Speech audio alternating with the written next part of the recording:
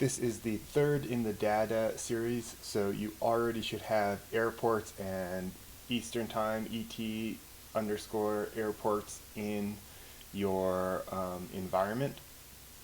And we're just going to keep on moving through and keep working with the filter function and a few other functions in the Tidyverse package that you should also already have installed.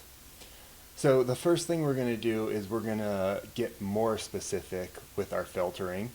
We're going to add a second condition. If you remember the first video, we filtered out airports and we only wanted the ones that had time zone equal to New York. You can of course play around with that. If you want to do something that is the opposite of that, you can change that equal sign to an exclamation point, and the exclamation point equal sign in R means is not. So when I run this, I'm not going to save it, but I'm just going to run it. You'll notice that the output is all of the airports that are not New York. All the New York ones are gone from there. And that's because I just changed the logical, if you remember we were talking about this as a logical argument, that time zone is not America and New York. So anytime that is true, that time zone is not America and New York, R is going to return the row that matches that condition. But we just want to keep that as an equal sign for now. And then, so we'll just have our Eastern Time airports as all of the ones that are America / New York. And then let's get a little bit more specific. Let's add a second argument to the filter function. So the arrangement is basically the same. You have filter and then parentheses your data frame, time zone equal to New York, just like up here. And then we're going to add a second argument after a comma where we're going to say another column name, lat, which is latitude, is greater than 40. So now what we're looking for is all of the rows where both of these conditions are true, where both the time zone is equal to America / New York and the latitude is greater than 40. So let's just run that real quick. And you can see this is going to be our latitude row, and it's only going to contain things that are above 40, which is great. That's exactly what we want it to. If we look above, you can see a bunch of things under 40. But this one only has 40 and greater. So we're going to save this one as Eastern Time Airports North. And you can see that the number of observations over here have gone down from 519 to 235. So we've taken away about half of the variables, or of the observations. So you can also check that using the nrow function, which will tell you how many rows are in each one. And you can see that the Eastern Time airports are 519, the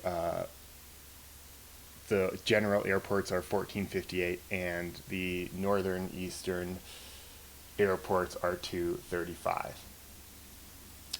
So now let's go back to another function. We're going to look at a second function here, and that's the arrange function.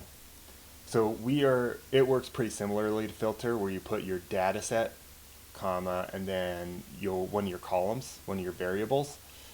So we're just going to arrange airports lat. So what that does is it arranges the airports in terms of their latitude. So instead of just being random, now they're all sorted from lowest to highest.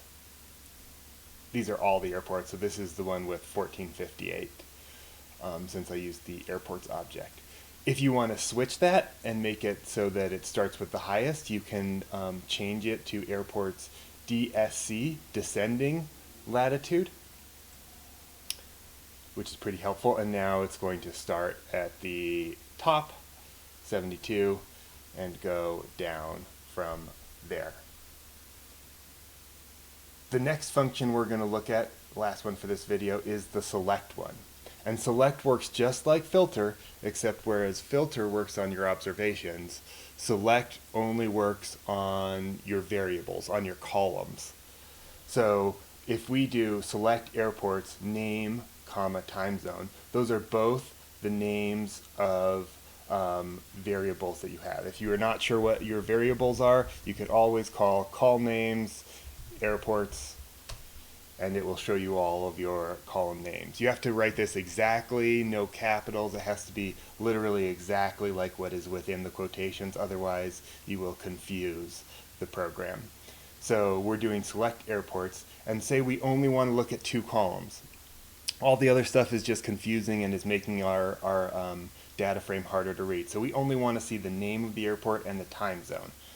So we could do select, name, time zone, and it will show you only those 2 columns. It will still bring along its identification number, because R really likes to make sure that it has an identification number almost all the time.